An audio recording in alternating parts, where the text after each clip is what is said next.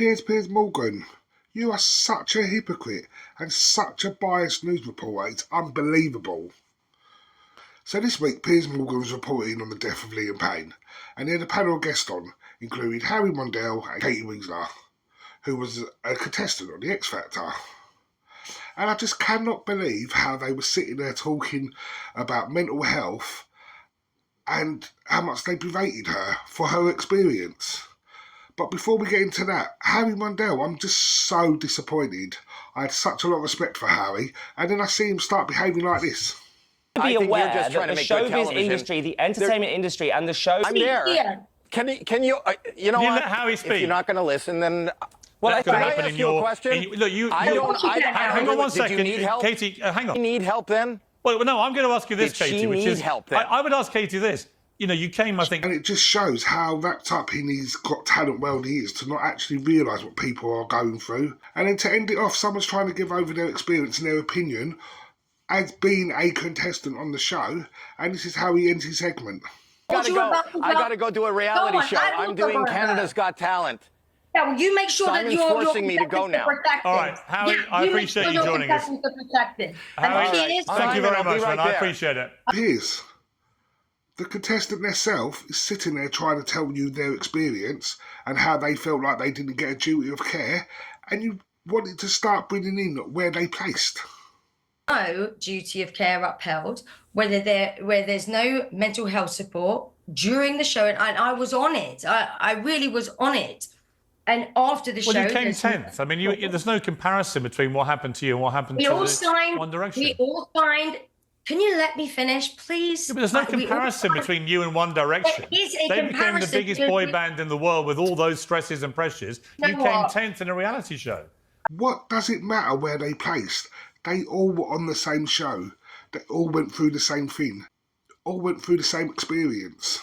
In their opinion, they had a lack of well-being care. Thread that holds all of us together is that it doesn't matter where we came in the show. We all went through the same experience. We lived in the same house, and we were all privy to the same lack of mental health support.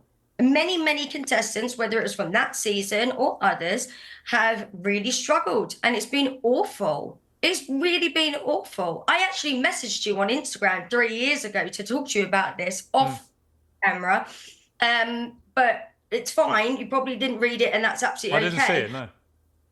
But I did, and I reached out to you. And we now know that these shows were famous for that. Because it's only recently that ITV have introduced to make sure that people's well-being are at the forefront of reality shows. They didn't care back in 2010. So why on earth are you acting like this? What did you expect by going on the show, out of interest? Why are you going on about where someone placed? Yes, you do have a point. When does the duty of care stop? Shows don't have to provide a duty of care for many years after. But Katie was trying to tell you there was no duty of care to start with. During our time, of which Liam and the band and Cher Lloyd and Rebecca Ferguson and so on and so forth were on the show, there was no duty of care upheld. The welfare officer was absolutely unqualified beyond measure, of which there is evidence of, and I will happily stand in front of a judge and show all of this. And you wouldn't accept it. And then your other guest, James, is on, and he starts giving you a bit of criticism, and you just can't take it.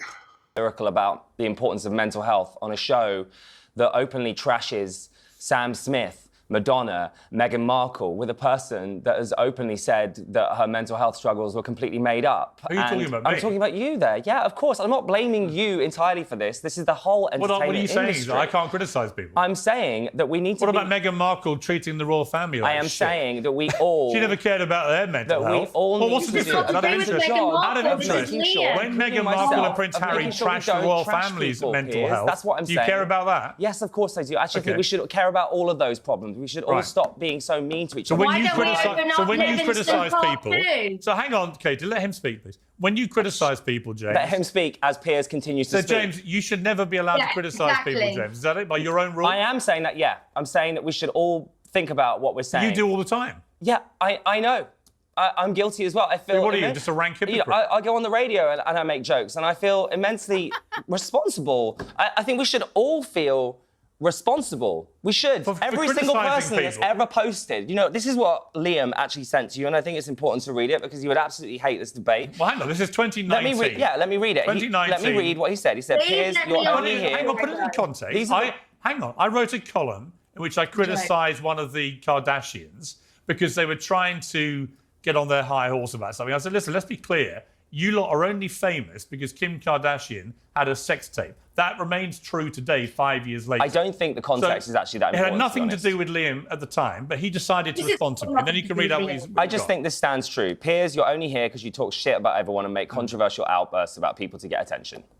Okay, what's your point? You're a journalist. You're there to report all different sides of the story. Yes, have an opinion. That's fine, but don't try and force your opinion down people's throats. You choose to report. You choose to interview. So you should be open for criticism, and you should be open to hear other people's opinion. I've had many guests on my shows, sometimes with opinions that I don't agree with. But it's my choice to give them the platform to speak, so I've got to respect their version. It's their truth. What he was saying was her truth. It annoys me that I tried to sit down and watch a decent conversation because I thought there was a decent amount of panel of guests, and it just turns into a hypocrite and someone trying to force their opinion down me and put down others. Well, if you didn't want to do the interview, you shouldn't have done it. Well, do you know what? I said no initially, but... well, you're here now, aren't you? You managed to force yourself once again to do something you don't want to do. So. But he's putting down the people that were there. He's putting down the person that had an experience like that. He shouldn't be putting them down. He'd be sitting there respecting. That was their version of what happened. That was their truth. He shouldn't be able to sit there and say they're wrong because Simon Cowell's a friend of his. Or it's a show that he's worked on. Because let's be honest, how much time do the judges actually spend with the contestants? The contestants are living it all week. Judges turn up on a Friday, do the show on a Saturday, go home Sunday morning. They don't know what's going on. Be better. But one interesting thing that did come out of all this as well was when Katie said this. I never wanted to go on the show in the first place, to be very transparent. Why did you do it? You asked Simon Cowell why he purchased my record deal and I bought the rights to my... I don't understand. It actually sounds like that Simon bought her contract and then put her on the X Factor. I would love to know more about this. So Katie, if you are watching and you want to come on and share your truth, there's a platform right here. No judgment, no opinion. You can come on and say what you want to say. Thank you for watching. See you in the next one.